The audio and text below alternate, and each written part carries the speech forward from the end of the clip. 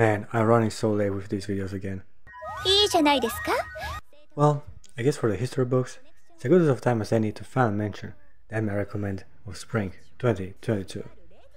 First on my list is an easy choice. Kaguya-sama, Love is War Season 3.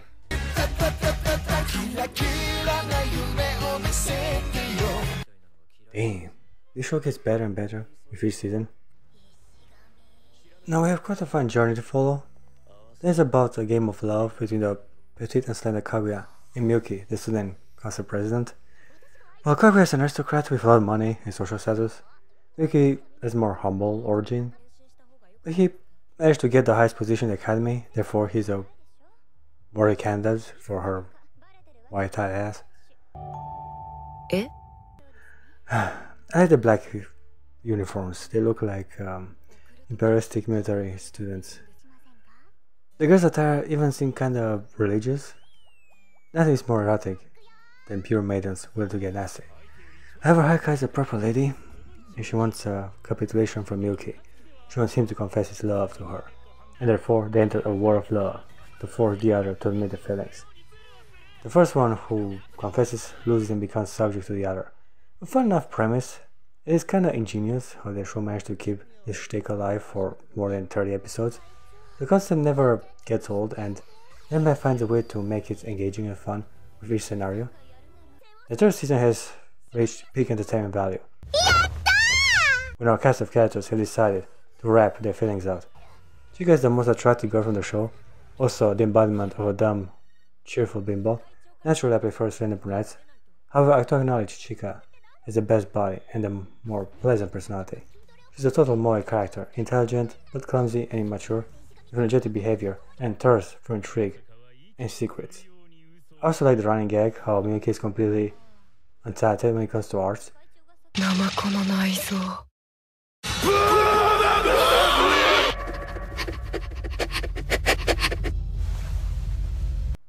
Whether he's singing or dancing, he fails utterly to entertain or even perform correctly. It leads to some awesome moments. I like how tortured and distressed people are when he sings. It adds to his tough, rigid personality to see him be clumsy and overwhelmed by an activity. I like it when Chika got jealous of Kagura for stealing her pupil, even took the aggressive, dominant anime stand. They also end up fighting for him.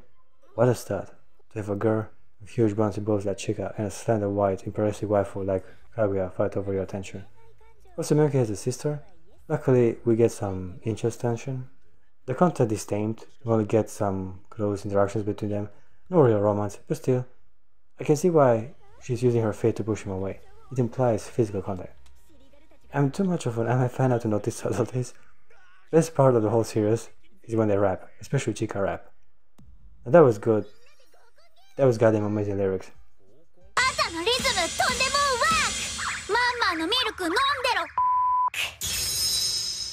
Last but more certainly not least aspect of the show, which made this anime amazing, is the opening song. Kaguya-sama Love is War is the only anime series where I like all the opening songs. All three songs are masterpieces. Culminating with Geri Geri. Strongly recommend you listen to the full original version. This is the best track from this kind of show.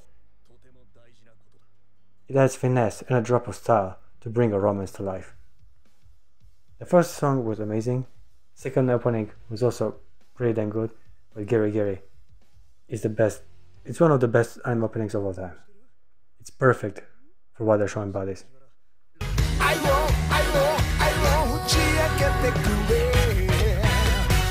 Also, the episode when they rap has a special ending song, which kind of got pretty popular, especially on YouTube. So it sounds pretty dope. Like, it's a pretty good rap.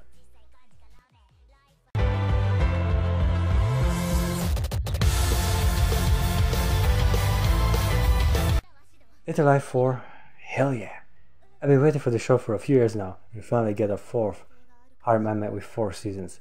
The other ones being Love Ru, well, Love Ru, Moto the Love Ru, Love Ru Darkness, and Love Ru Darkness, the second season, Familiar of Zero, and High School DxD.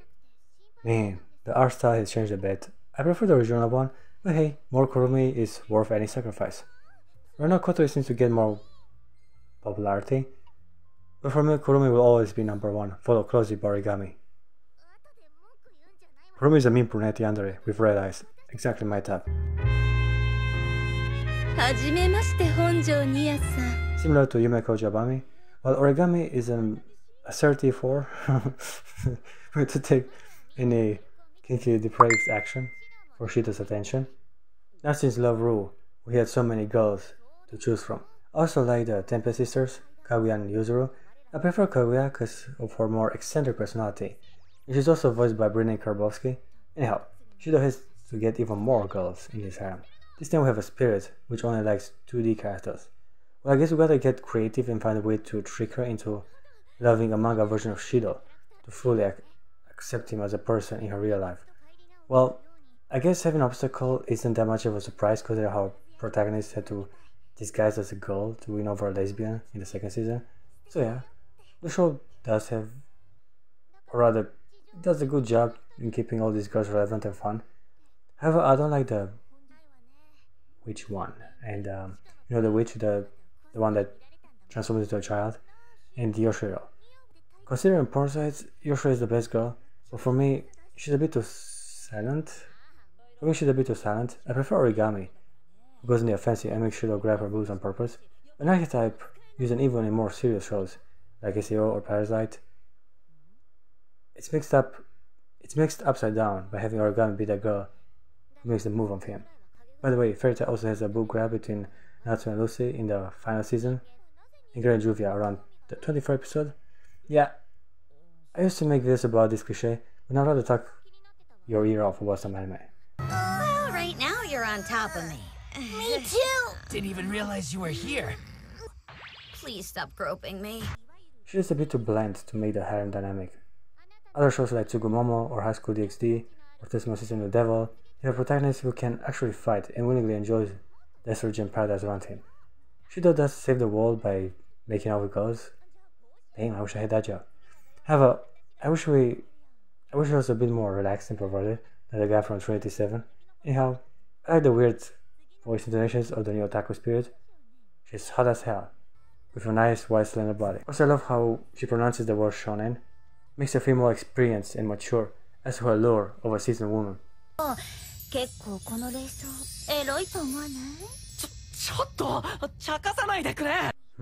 wanna put some honey on her taste. Or maybe some vanilla.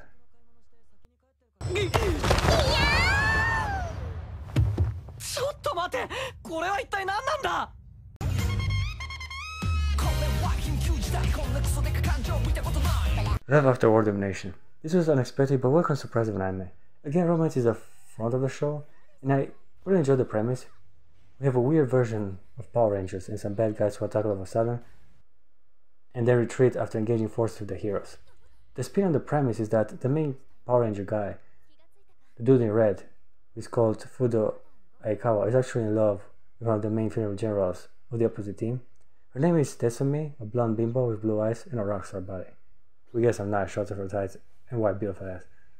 And her personality is playful and dynamic. I like how in anime the bad guys usually have the chance to actually be actual individuals with dreams, hopes, goals, and quirks. Most of the time, even the main characters are evil in nature. As I was saying, it shows a lot of fun. There's some action, in a weird attempt to romance. Nothing innovative or extremely rare for the industry, because the main guy is a total musclehead who's clueless on the people around him. ちなみにこの加圧式の筋トレは体への負荷が小さいことが特徴だ。小柄な君でも無理なく続けられるだろう。無茶なトレーニングは本末転倒。He does not know how to properly interact with a lady, which is typical for an anime protagonist if you have romance in a shonen. The main guy is usually clueless, and for the most time does not even realize that the girls around him have feelings for him. He's a bit better, because Fudo and Desumi are actually dating and have confessed their feelings to each other. The problem, however, is that they belong to opposite warring factions. Kinda like Romeo and Julieta. I guess we can do it like that as well.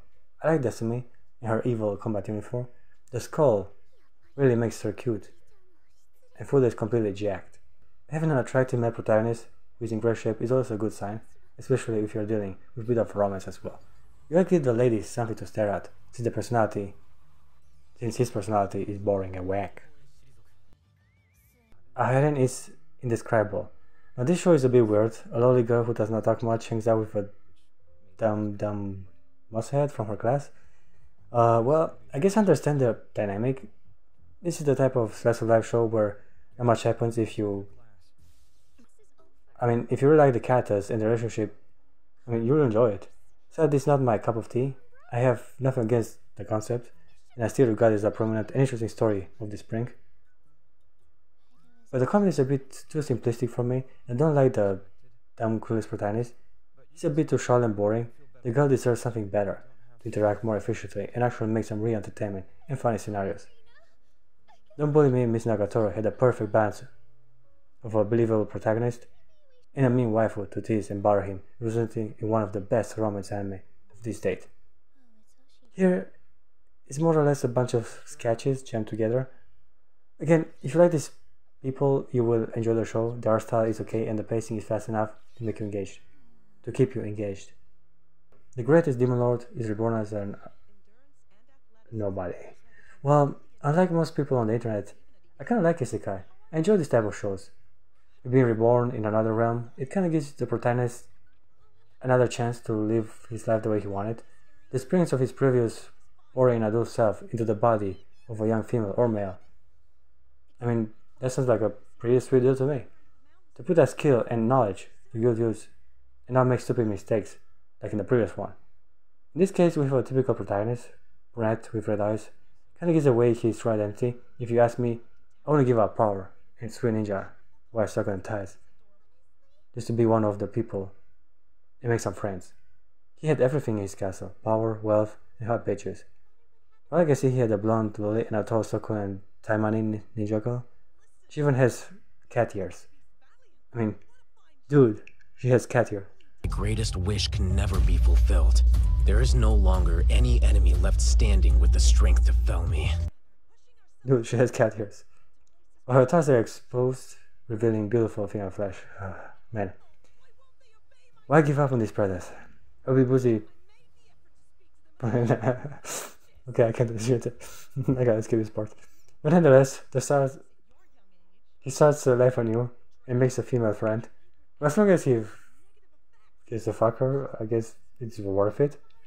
They plan to also join Academy of Magic and stuff, so the show may become more medieval high school fantasy drama, where he meets two more girls and has an unofficial harem.